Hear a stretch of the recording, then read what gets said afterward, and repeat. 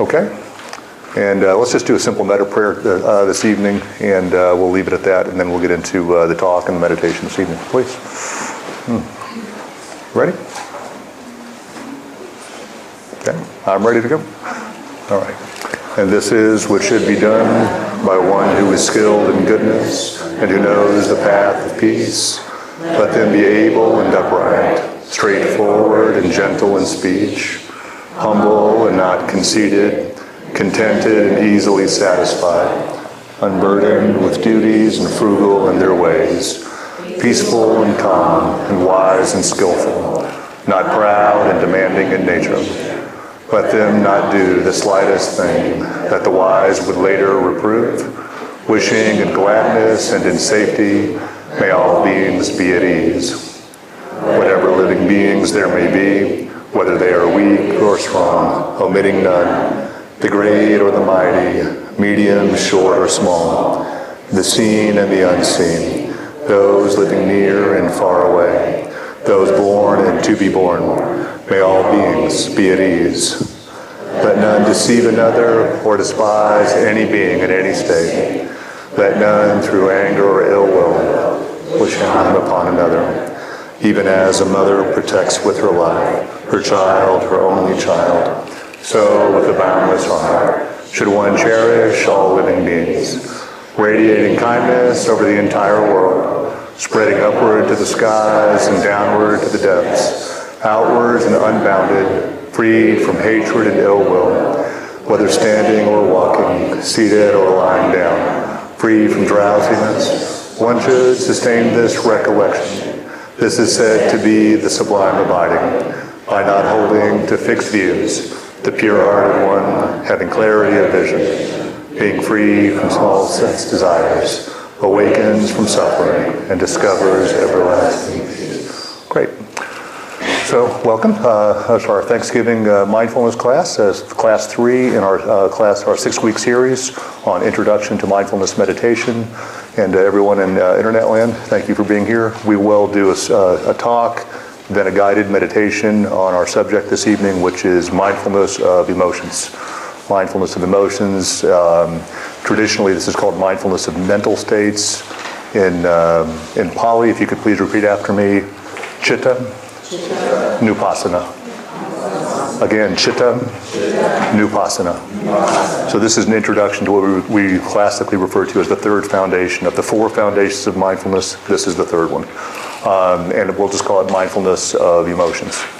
Mindfulness of emotions this evening. So the first week we did mindfulness of breathing. Last week, mindfulness of body. And this week, mindfulness of emotional states, or mindfulness of emotions. And let's start off. You guys have pen and paper, it looks like.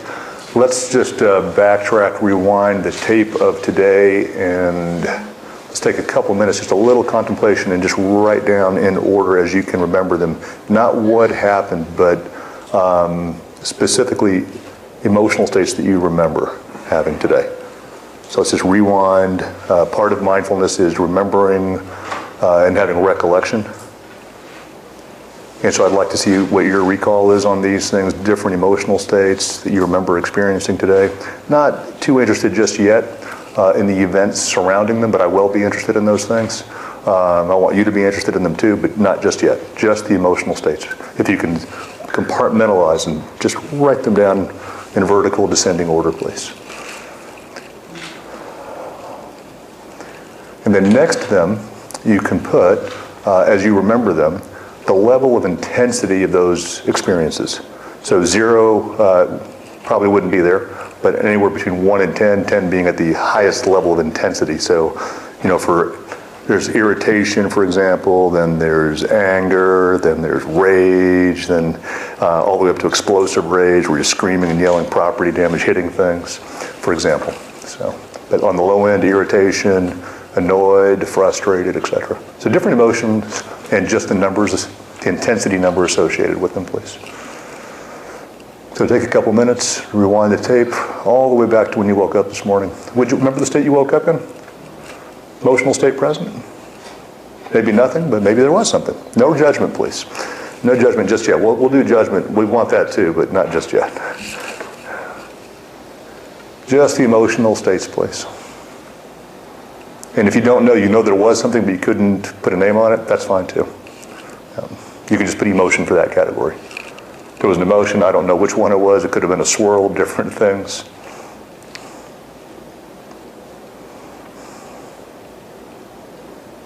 Unsure of what to report, but you know there was something there.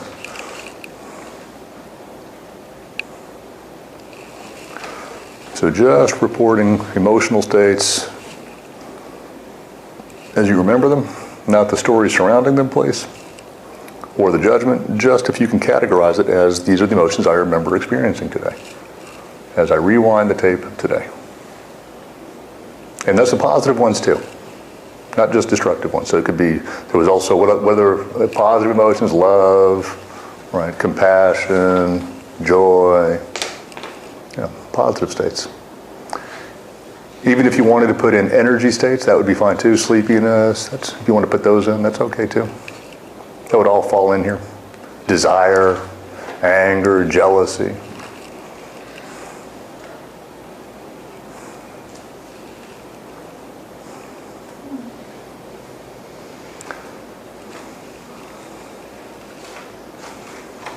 Emotional felt states.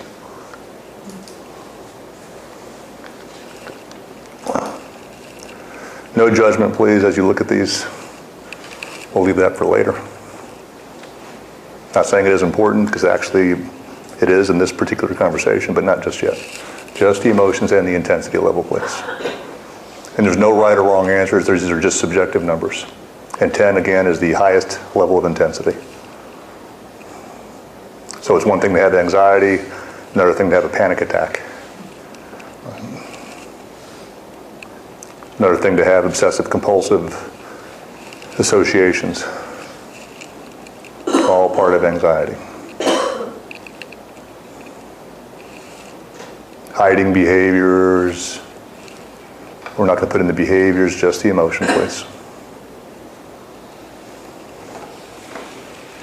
So it's everything from every time when you woke up to driving in the car, or maybe you rode here with someone else and you had emotional experiences around how they were driving.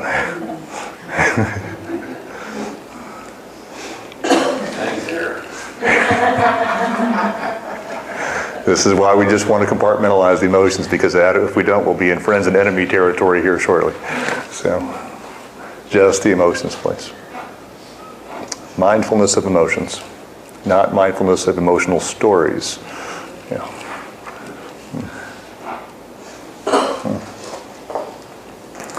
And then the intensity level, please, with each of those as you remember them. And we will not be scoring you or judging you or comparing you to other people's scores. Just how you see yourself, as transparently as possible.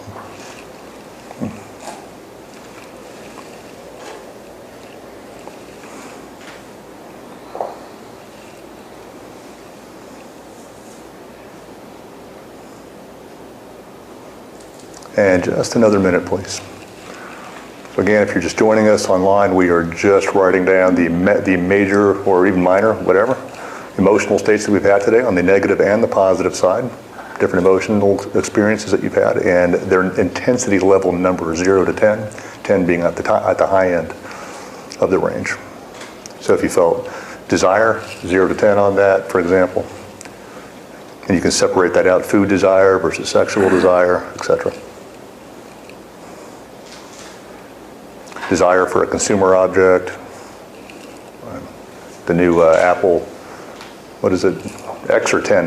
Which one? 10? You didn't know about it? I know about some of it's X or 10. Yeah, at the X10. So maybe you have emotions around that, around just emotions, please. Yeah, without the object. Okay, we good? Everybody on? So, when you count up, how many different emotional states could you remember having? Just go ahead and just the short list that you made, how many, like? 10, 12, 7, 15. Right. Okay. And how many of you planned on having those states when you woke up today, just out of curiosity? You thought it through, and like these were the ones you were going to, when you woke up, like, I'm going to have these. None of you? Okay, interesting, interesting. So they just sort of happened?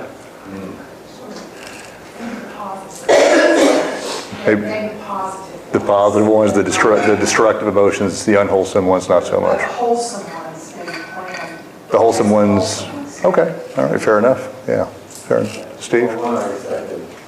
You expected? I had planned on doing something that I knew was going to bring out something in me that usually does. So planned anger or something? No, it was awareness of caution, and like this fear. I was on my roof. Okay, so you knew fear would Yeah, cut. on my roof. So fear, okay. Yeah, fear and caution. Okay, sure, okay, fair. All right, so mindfulness of emotions. Why do we teach this? Again, from the first class, we teach freedom from suffering.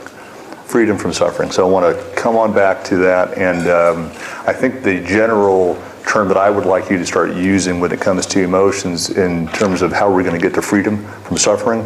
And the suffering that we're speaking of here, I hope that is clear to you already, but if not, well, I'll just define it.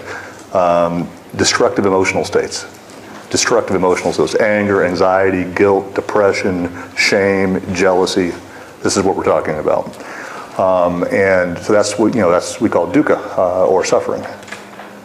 Stress from these destructive emotional states that you have clearly, at least most of you apparently did not plan on having today. They just seem to come with the territory of living. And I just wanted you to see it on your page. Take a look at what you went through today. Now, let's put a second number. So let's take a look at those things. What would you say the duration, going back, the duration, how long, let's put that number down next to the intensity level. How long would you say that lasted? Like how much of your time did it occupy? Your mental state, your mental space. I want to see how mindful, how aware you are. That's what we're checking in.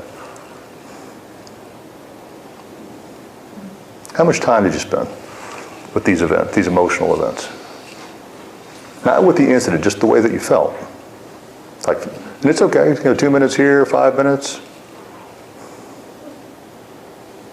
And of course, the intensity level may be one thing, but as over time, it probably de-intensified. But still, just the overall length of time, please, from beginning to end.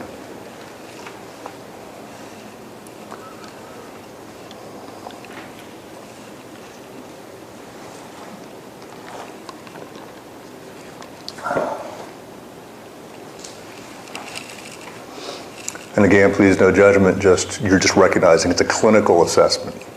So, no judgment, please. Like if it was a doctor just watching you, how long would they say it lasted?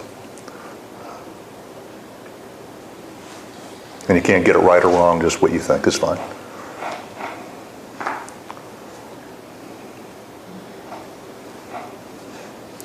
Just wanting you to key into how much of your day was occupied with destructive emotions that you did not anticipate having by and large.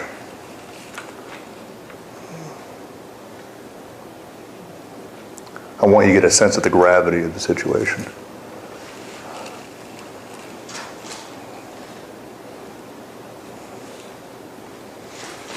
And no judgment, please. Just going, if you were a doctor taking a look at this, you'd be like, this person is, mental health-wise, what are we looking at?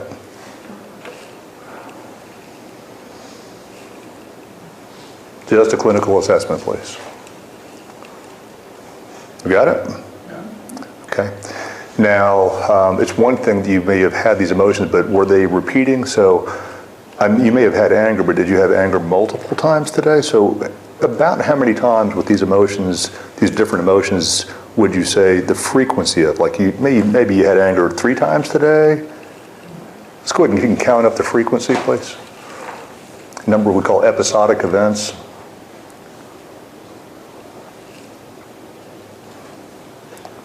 Remember, not the content of the story, just the number of times that you felt that particular emotion.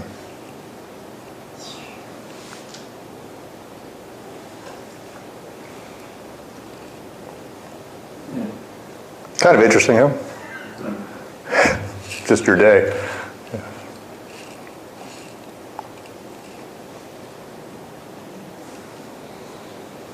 Like a day in your life.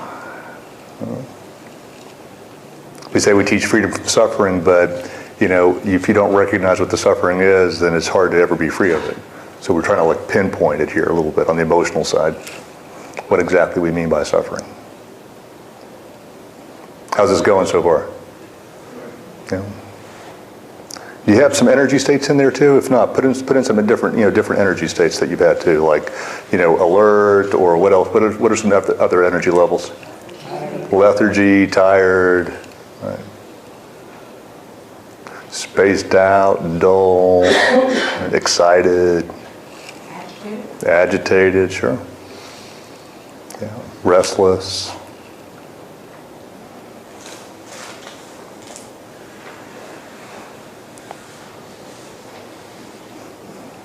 Kind of fun, huh? I mean, it's interesting. I don't mean fun like entertaining. Interesting to note. Interesting to see.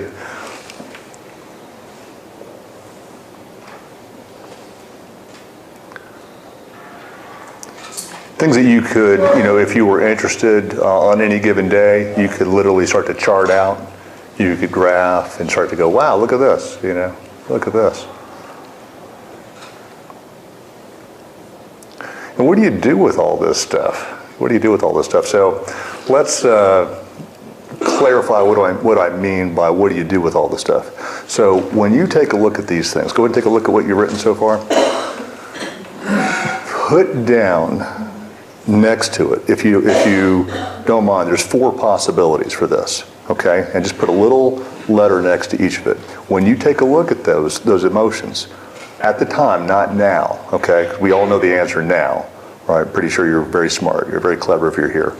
But at the time that you felt these things, who did you think was responsible for those emotional states? Okay, now forget the content, but just think about the responsibility piece. So here are your 4 possibilities. Others, okay, that would be an O, right? Events, just the event itself made me feel like that. Red light, for example, or I came home and there were, crumbs on the counter. Clearly get anybody upset. You saw that, right? So that would be an event, that would be an E. And then M would be myself. Now, again, it's not what you think now, but as you recall then when you got mad, do you remember who you think was responsible? Okay? Because now you're clever and you know the answer. Then there's a 4th possibility, which is none of the above. Okay? That no one's responsible for how I feel or how I felt. So if you wouldn't mind just a little OEM or NA, please, next to each of those at the time. Obviously not now, because now you're deeply aware that who's responsible? Well, maybe not even now. Right. Even now it's whose fault? Exactly, it's mine for even pointing this out, right? I'm responsible. That would be an O. Okay, so OEM, others, events, or myself, or NA, please. None of the above. At the time, right? At the time of these occurrences.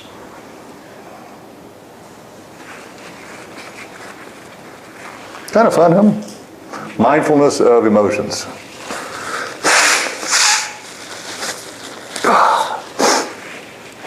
Lovely. Mindfulness of emotions.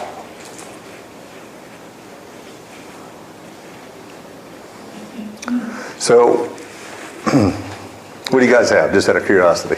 Which one do you mostly have in that OEM, others, events, or myself? Who is responsible for your emotions?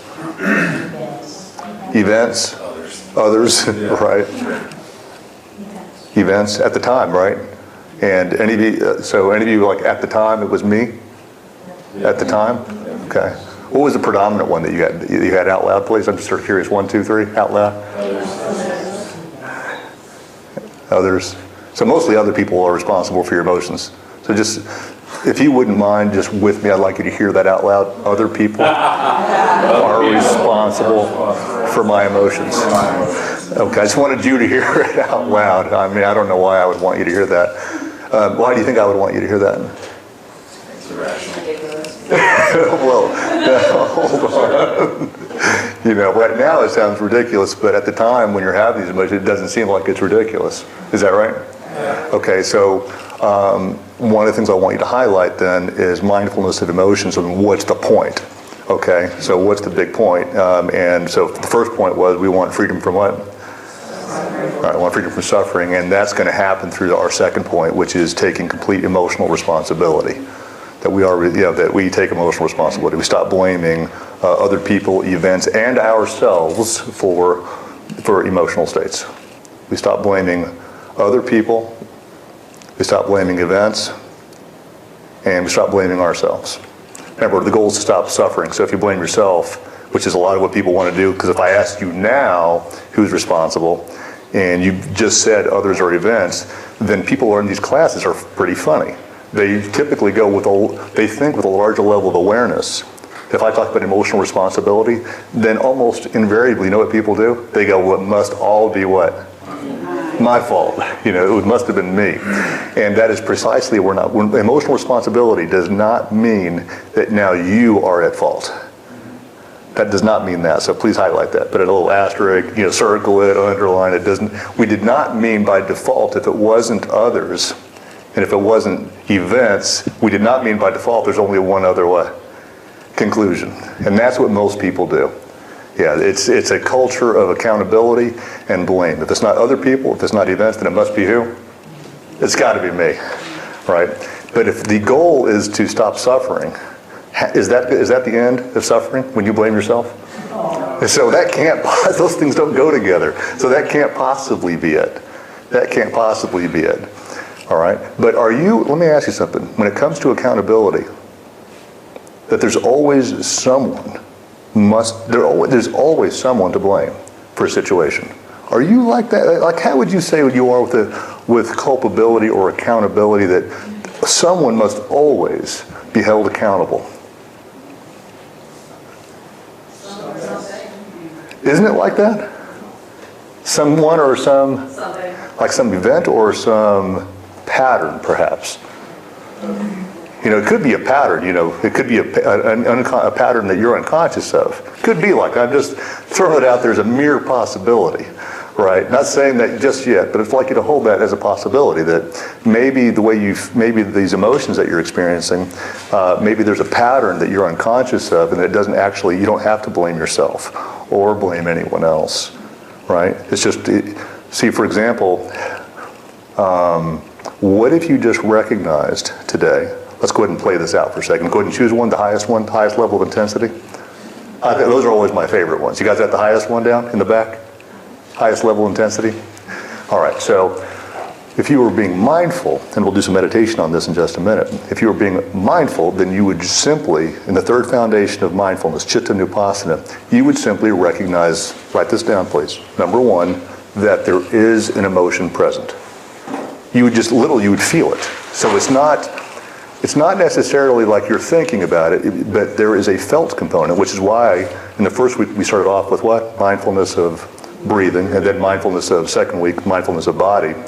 This is all somatic, okay? I'm not really interested, and I don't want you to be interested right now in what you think, as much as do you feel that there is an emotion. When there is an emotion present, the question is, do you feel it? Do you feel it? And we're talking here, here's the key word that we like to use at this point. It's called emotional intimacy. Intimate with emotions. Intimate with emotions. That you intimately know the way you feel. Like you are familiar with these things. You're not disembodied. You're intimate. It's like, I know these experiences. I'm not saying that you can name them just yet, but like you know that there is something, that there is an awareness, homeostasis, and that there is something that is like off balance right now. Do you know that? Do you feel that when there's a heavy duty, like that emotional state, that the one that did you feel that off balanceness? Like this is not my status quo. This is not homeostasis for me. I got angry, And do you feel that? Like we talked about that before, where it's we call the leaning mind, where like you got mad, you were like, and then there's desire. What's that feel like? And that's not, homeostasis is right here. Yeah, that's the mind that's free of destructive emotions. The mind that's free of destructive emotions. And so like that's right here. And then when you get angry, how's that leaning mind? It goes like this. You got that? And then desire is like what? Yeah, does that make sense?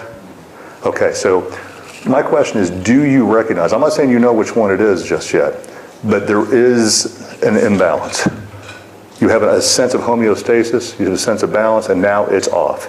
So just a show of hands on that. I'm just curious out there, you know what I'm talking about. Okay, some people have no idea what I'm talking about. Raise your hand if you have no idea what I'm talking about, so I can. Okay, so you don't know like what home, you don't have a sense of home? You do? Okay, good, okay. Yeah, if you don't know, it's okay. I just want to, I want to like change my language and find another way to communicate this. It's important to me that you know what I'm talking about. Lorna, you know what I'm talking about? Yes. Okay, cool. Nancy? Okay, you all have a sense of it? Okay, good. Everybody out there, internet land? We're good?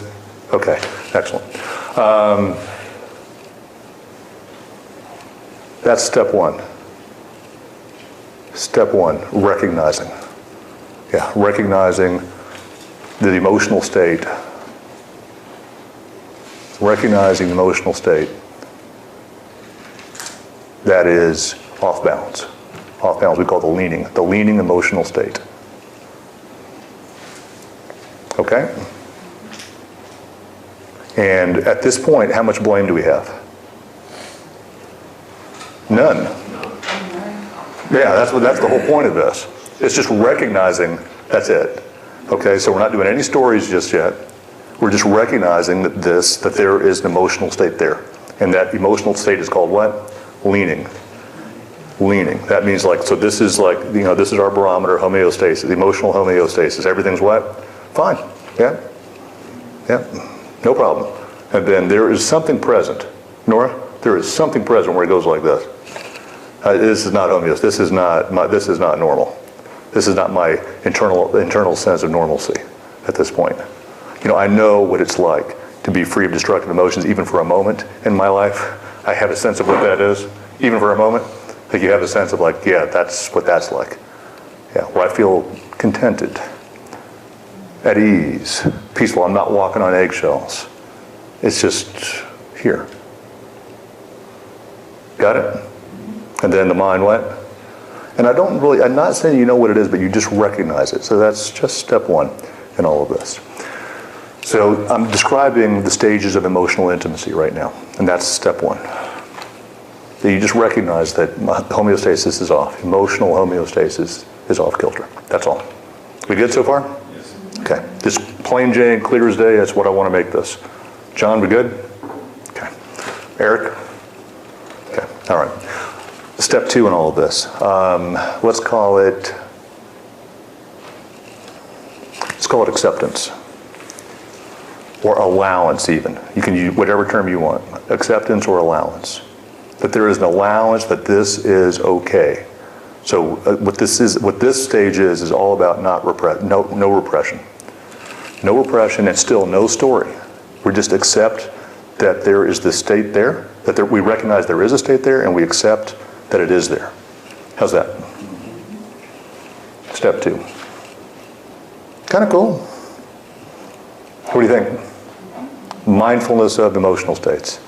Literally like a clinical observation, like we recognize, yep, there's something here that's got me off kilter. Emotional intimacy, step one. Step two is what? Allow it. That we're not trying to do, that means we're not trying to do what? We're not trying to push it away, we're not trying to get rid of it. We're not going into who's what? Responsible. That's all so far. Emotional intimacy. And we're going to practice this tonight. Interesting, huh? What do you think? Okay. Introduction, but a deep introduction to mindfulness of emotions that I want, and I say deep meaning I don't really think it's that deep. I just think it's really practical. And I think a lot of the times the way these things are described is like so impractical, I don't know who could make sense of them. And I just want to make it, when you hear from now on going, I actually like that. It makes sense to me, and I want to bring it into my life. Yeah, because this makes sense to me. Because I really don't, I want to be happy. I'm a sentient being. I don't want to suffer. You know, everyone in here, everyone agrees? You would like to be happy. I'm not saying you are, but you would like to be free of suffering. Is that fair? Whoa. Hold on, you would like to be. I'm not saying that you are, and I'm not saying you even think it's possible, but at least in your back pocket somewhere you think that that would be a good idea to be free of suffering. I want to make sure I know who I'm talking to. Yes. Okay, so everybody but Nora. Okay, you see me, you just see me afterward. Okay, yeah, if you don't want that, I'm not sure that this is not a meditation issue, this is a therapy issue, and my cards are in the back. Okay, so we can talk about that. But as a meditation issue, are we on the same page right now? Emotional intimacy. And meditation, again, defined, familiarization with the mind and its contents. And this is precisely what we mean. Familiarization with what? Mind and its contents. So what are the contents here? Emotions. Does that make sense? That you're aware that that there are emotional states there. And these emotional states that we call destructive emotions, in Sanskrit, please repeat, klesha. It's one of these key terms that you just have to know because it's everywhere. Okay, I don't like to give you foreign terms, but this one you got to know. Klesha. K-L transliterated. K-L-E-S-H-A. Klesha. Literally translates as a mental affliction or a mind poison. Poisons the atmosphere of the mind when these things are present. So no more homeostasis when these things are felt. And you can look at those numbers. You can look at what we're talking about. Like, this is this is kleshas. This poison the atmosphere of your mind. Just look at your page real quick before I keep going with emotional intimacy. Is it right? I mean, there was homeostasis, but when this stuff was there, I mean, how much of today was spent like in this atmosphere, this destructive atmosphere? What do you think? I mean, hour for hour, what do we got here? Pound for pound. This is the pound of flesh, right? Come on, Shylock, what do we have here? This is, I mean, come on, what do we have? How many hours, is it like an hour, is it approach like an hour of today? 50% of the day?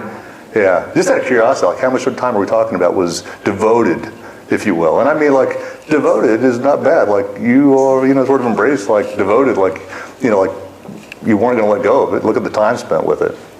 You're familiar with it, right? So, just out of curiosity, say out loud when I say 1, 2, 3. Take a look at the number, and then don't wait for anyone else to respond. I just am curious if you would just say out loud how much time today, in minutes or hours, that you spent off kilter, living with destructive emotions. Ready? 1, 2, 3. 7 hours. You good with that? No. How many of you think, hey, I'm just human, that's normal? Good answer. That was an excellent answer. You're not here to be normally what? Normally afflicted. This is not mindfulness and acceptance. And I say this important because on the second level of intimacy, people often hear it's like, I just accept myself as I what? That's not what we're saying by acceptance or allowance here. We're accepting that these states are present. We are not accepting ourselves as like, yep, this is normal, okay? And I want you to make sure you're hearing this correctly because people often, years later, come back and I go, if I just accept myself as I am, shouldn't I just accept this? And we are not saying that this is accepting yourself as you are.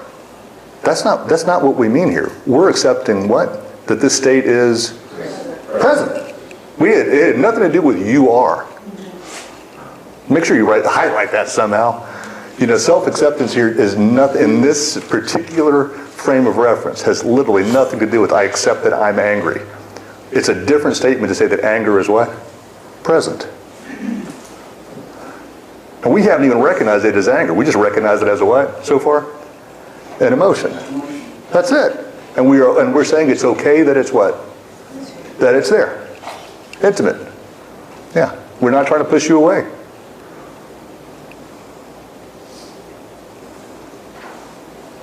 Stages of intimacy. Stages of emotional intimacy. Yeah. This could be useful. What do you think? That there's something that has arisen and you just accept it or make an allowance for it to be there. That's it. How are we doing so far? Good? All right. Let's Could be a game changer if you got skilled with this. Now, I recommend trying it for one day. If it doesn't work, just give up the practice. Now, I put that out there because why? That sarcastic comment, that was a sarcastic comment, but it's called sarcastic rejoinder.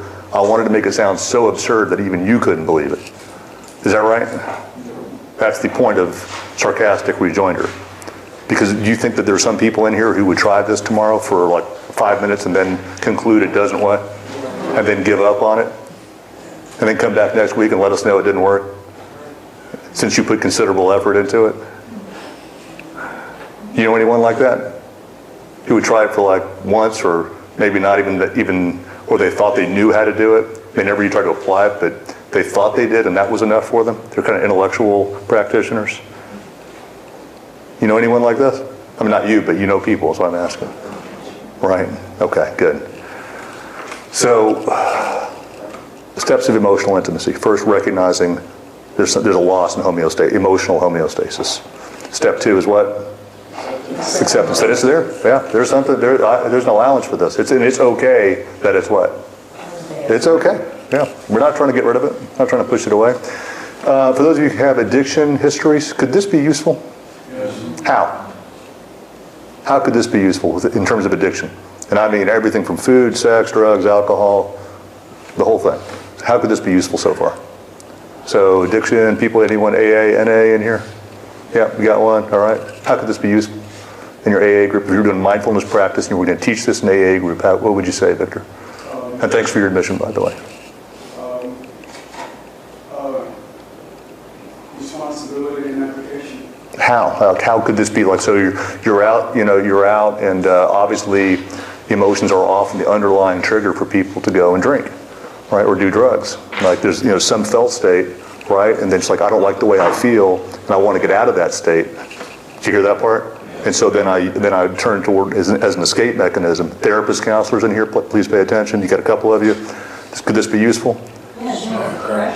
Deb, you say it takes the pressure off. Say more, please. Well, because it's none of the above.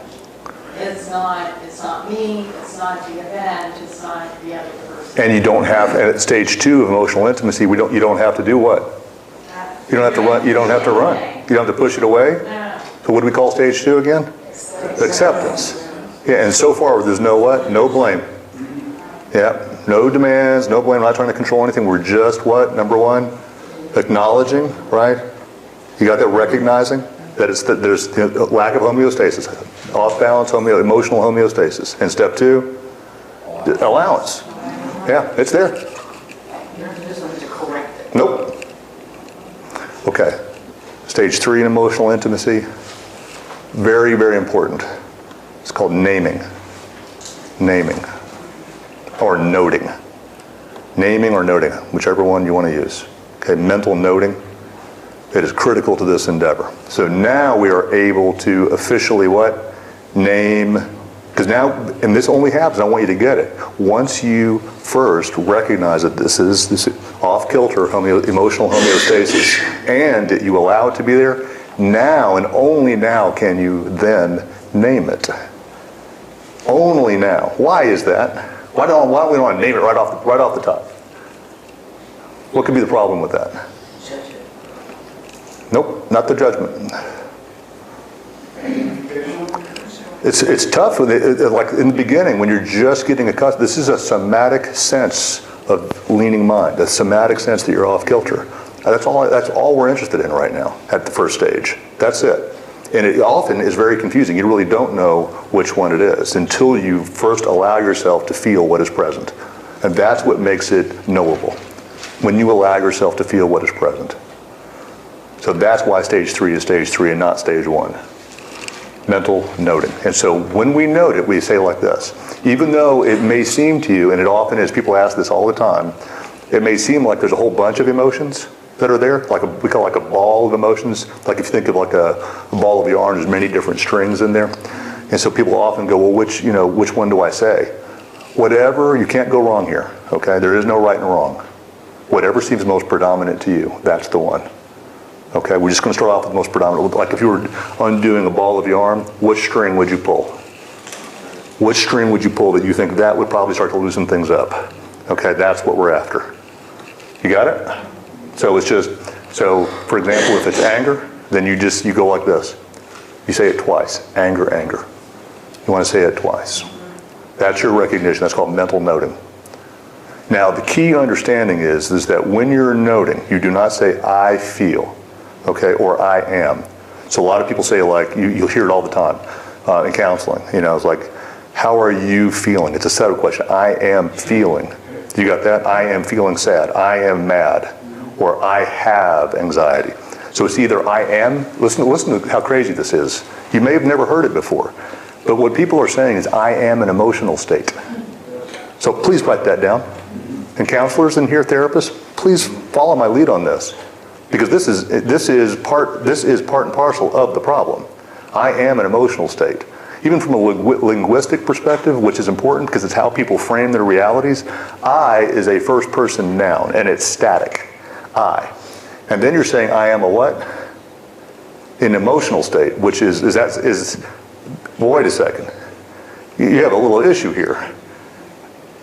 Emotional states are constantly what? You can look on your page and see how many different emotional states did you have today.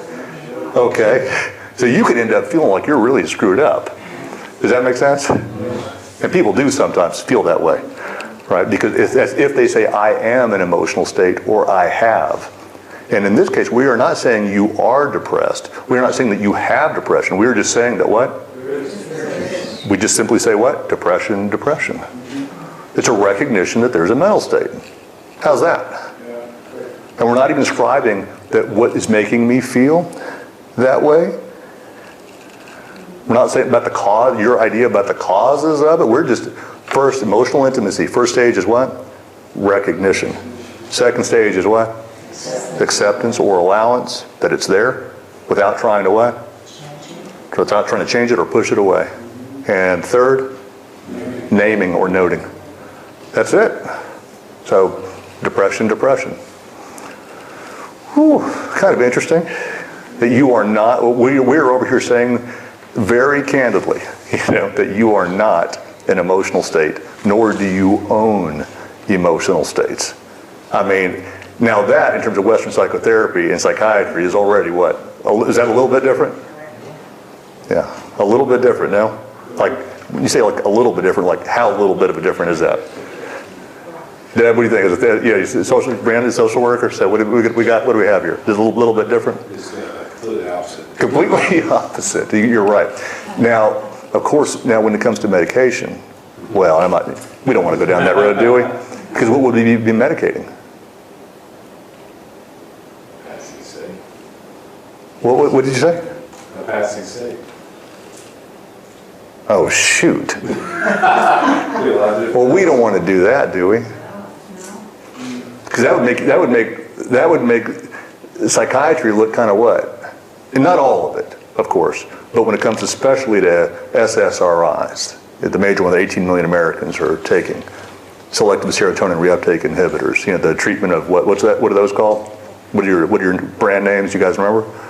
Not now, but before, back when you were on that stuff. Zoloft, Paxil, Lexpro, Prozac. Okay, you guys got this. Okay, all right. That's excellent. That's excellent. But anyway, don't forget, next time you see your doctor, let them know. When they ask you how you feel, you say how you're feeling, and then you say, I am a mental state. So I want you to hear it. I am a what? Because this is what I want you to say to them, okay? Because you're not insane. All right. I am a what? And not just a mental, I am a passing mental state. I want you to treat me because I have passing mental states. Okay. Is that cool? Would you be comfortable telling your doctor that? Because that is in fact what you're saying. Either I am a passing mental state or I have passing mental states, and that is why we're here today. Okay. And we're not even on to the blame game yet. I just want you to, when we talk about mindfulness, emotional systems, I want you to get the game-changing thing that I'm asking you to do this week as a homework assignment. And for you to get in touch with us, to go really? Because now you think about this in terms of not reacting so far. Because right now we're in non-reactive mode. You guys get that? We're in pure witnessing mode. Highlight that, please. Yeah, we're in pure witnessing mode. We're in non-reactive, non-blaming mode, non-judging mode still. All right, so imagine, like you're in the situations that you were in today. Okay, so you see your chart now? You want to talk about how today would have been different, right? It's not difficult. What if this stuff, these emotions, you were emotionally intimate, okay? And what if this stuff had come up today? Just like, and it would be fine that if it came up today. Because some people say they don't want these emotions, but that's not number 2 in emotional intimacy, is it? They say, I don't want these states. And I go, well, we're not up to not wanting them. We don't have mindfulness of not wanting them. We never have mindfulness of aversion. Okay, you can be mindful that there is aversion as a mental state, but that is not our goal to have aversion for mental states. Mental states, boy, watch this one, ready? Mental states are mental states. That was profound. Okay, mental states are just what? That's it. Okay, so emotional intimacy. Mental states are just mental states. You got that? Now, since you've been having these very similar, like if you take a look at your list right now of mental states, you have to admit you've been having these very similar mental states for some time now. Agreed? Yeah. I mean, they have been at least part of your existence for some time. My question to you is, so far, do you have it right? Have you always tried to possess them? Have you always tried to say, I am these things, or I own these things, or I have these things? Is it possible that you have been mistaken? Could it have been for, I don't know how old you are, but I think you know, right? Could it have been possible all this time that you have been mistaken? That you have lived within a framework of describing mental health that is not accurate? Is it possible? Even though you went to school for this, that you have like letters after your name? Could it be that in school, did they teach this? They did? Oh, they did? Oh, good. They taught what we're teaching now? No. Oh, okay. They taught diagnosis. Right. And labeling? Spent all day. Spent all day. I mean, that would be a very humbling admission, right? Therapeutically speaking, for each of you, because I do want you to be your own therapist. The goal of therapists, I don't think they normally say this, but I will help them right now. The goal is to fucking fire them. That is the goal. You are here to become your own therapist. We don't want therapists. Okay, now, that's the idea. You want to become your own therapist, right? Your own counselor, your own resource, your own, what we call your own refuge. You got that? That is the goal. It's called emotional responsibility, meaning that I don't need a what? I don't need someone else to inform me about how I feel. I don't need someone take me down a weird road about who is responsible for how I feel. I don't need to create further stories on a couch at expensive hourly with expensive hourly fees. How's that? There's just what? I mean, you think about what we're doing here, and I think probably the key words that you want so far, when we're not finished with the emotional intimacy piece, right now, what are we really talking about? Emotional elegance, I think. Simplicity. This is simple what we're talking about, isn't it? This is so uncomplicated. We're not going down the Erickson route. We're not going down Gestalt. There's no Fritz Perls hanging around here. There's no B.F. Skinner hanging around here. Who we have hanging around here? Just you and very simple what? Recognitions that, yep, there's a what?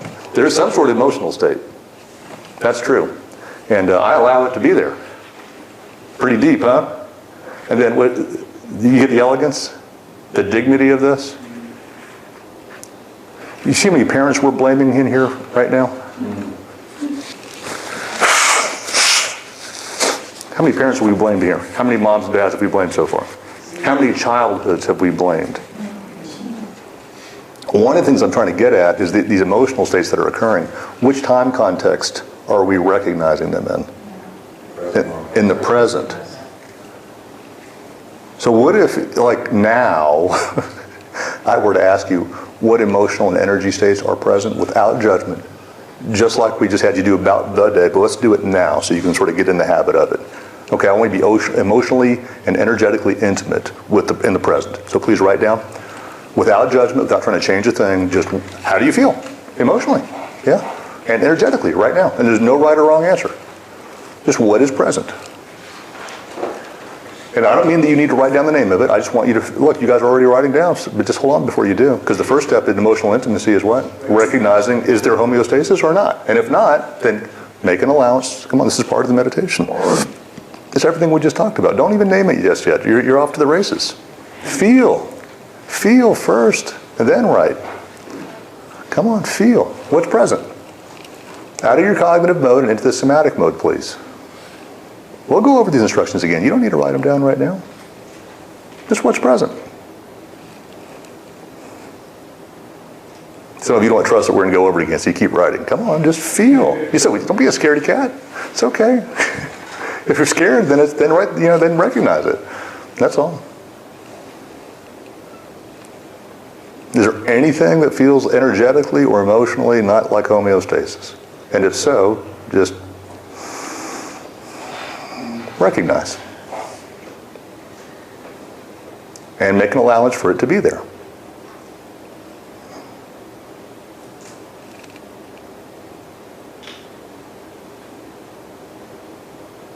I want you to feel the simplicity of this. And the third stage is what? Name it. So go 2 times, please, with the emotion and the energy. Just name both, please.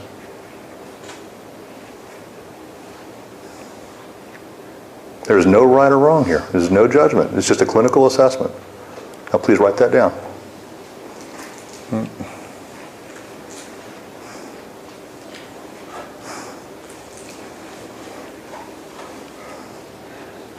Some people asked if I would teach a course called Mindfulness for Dummies. I didn't think that was necessary. I thought I would just teach mindfulness elegantly. How about that? In a way that wasn't steeped in, tons of Buddhist phraseology and ancient Indian stuff, just going like where it just makes sense to anybody who would hear it the very first time. And then if you're teaching this stuff and you're with our community, please teach it this way. Okay? Please teach it. You are being trained right now on how to teach properly. That's all. And properly in using exactly the same context historically and without all the cultural baggage of Tibet, Thailand, Burma, all places we were trained. And it's like, you're here, and this is what the Buddha asked. In his last teaching, he's like, make sure that when this gets explained, that was just 2,500 years ago, that it makes sense in the time and the culture that you teach it in. And so here we are, in plain English. And I want this to make sense. How's that? Easy to understand? And the benefits of this so far? How today, look at today. Would today have been different? So far, we haven't even gone the full intimacy route. We're almost there, but not even fully there. Would today have been different?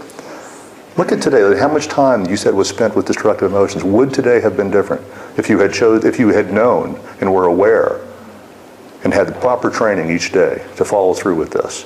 Would today have been different? And why don't you think about it for a second? Like, would it have been really that different? I mean, really? It couldn't have been that different. Could it? Yeah.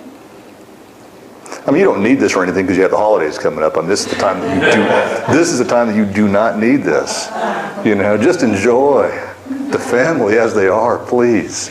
Okay? You don't need this. You don't need this at the airport. How many of you are flying into Atlanta just out of curiosity as a hub? Because you don't need it at Hartsdale, right? You certainly wouldn't need it at Love Field. Now, EJ, you were a flight attendant before, correct? You would not need a practice like this, say, at O'Hare, correct? What airport would you not need this? And which flight have you been on where this would not have been useful for you? Which family member can you think of where this might be useful to if you're around them?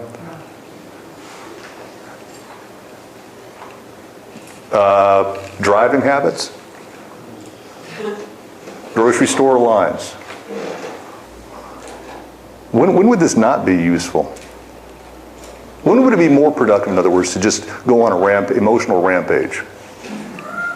I just out of curiosity, like, you thought it through, like, yeah, emotional rampage could be pretty fucking useful right now. Raise your hand. Joe. Now, you saw John raise his hand. I would like to help you with this. John works as a customer service manager at which airline? Delta. So, okay. So, he did not say United. Okay. Now, you understand, like, you are being facetious. No, maybe. Yeah, so there is a time and a place for emotional rampages. Agreed. Who couldn't agree with that? My card is outside, John. Let's just talk about this. On me. No hourly fee. Okay. Yeah. When would it be better for you to be peaceful? In what situation? And at ease?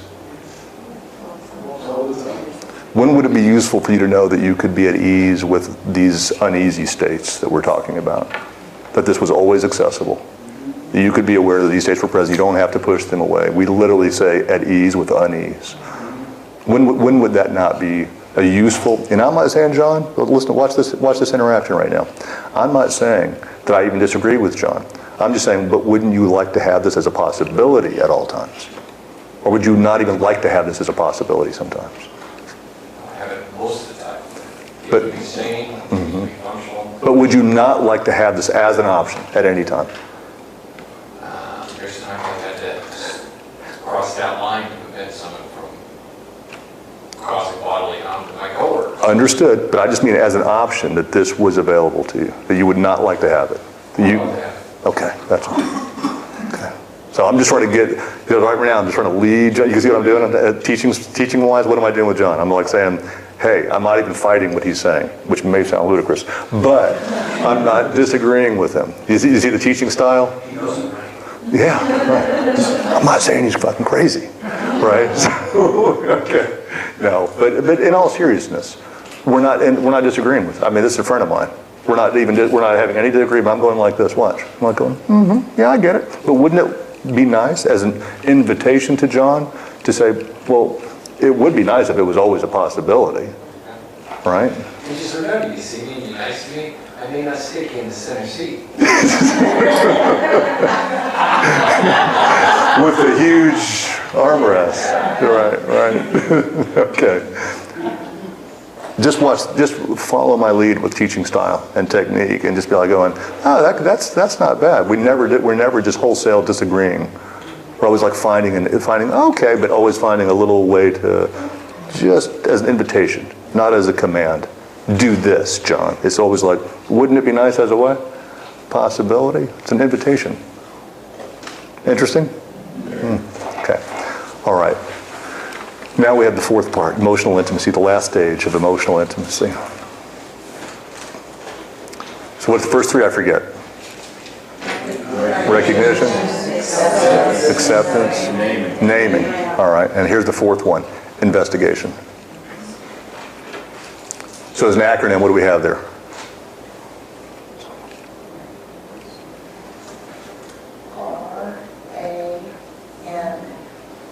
I. Yeah, so just, yeah, Ranny, how's that? Yeah. Just trying to think of mnemonic devices for you that might go, how am I going to remember this? So, okay, Ran I. Whatever way is useful. Can you think of a mnemonic device that you could remember this? Let's just stop there for a second. What would a mnemonic device be that you could remember this? Please. Think of one. Like, if you're trying to remember someone's name, short-term memory, like, God, how am I going to remember their name? It's like it's an important person, and I always forget people's names. Now mnemonic devices are pretty useful. So, like, what would be one for you that would work for you? Maybe an image, could be an image, right? Like, okay, emotional intimacy, Ranny, right? Think of something real quick. Yeah. That's personal for you that you can remember this. Because remember, you're going to need to pull this out, right? Not just in a meditation session, but outside where it's like where it comes to you. So like you're starting to feel a certain way, you're emotionally off balance. I don't know, maybe like balance of justice. Those little hands? I don't know. Balance? What would be good for you? Take a minute, think of something, everybody. What would be good for you to remember? R-A-N-I. R-A-N-I. Steve, you got one? Now, it's probably easy for Steve because Steve does martial arts, right? You're like a 10th level, you're a jiu-jitsu master or something, whatever. All right. John, never give him the center seat. All right. Okay. So, all right. So what's what you got? What comes to mind? Focus. Can you hear me? Yeah, I can hear you. Yeah. Oh, awesome. I think I'm missing the I. I got a... Investigation. I is investigation. Okay. I is investigation. All right. Whatever comes to mind. Joellen, you got something? Balance or scale thing, maybe, scales. Okay. Yeah. Original. No judgment. Or it's actually sunglasses, the recognition, Okay. glasses, something. Glasses. Okay. All right. Whatever. Whatever you got to use to help you remember. All right. So what is the last piece? What is investigation? And then we'll do our practice. We just got to make sure you understand the practice before we do it. That is key. So the key things always when you're teaching in Buddhism, in mindfulness training, there's always three elements. It is study, which means someone's either reading a book or coming to a meeting like this. Okay, that's the first thing. Then the second one is contemplate. They're contemplating what they're hearing. So you see how I'm pausing everything?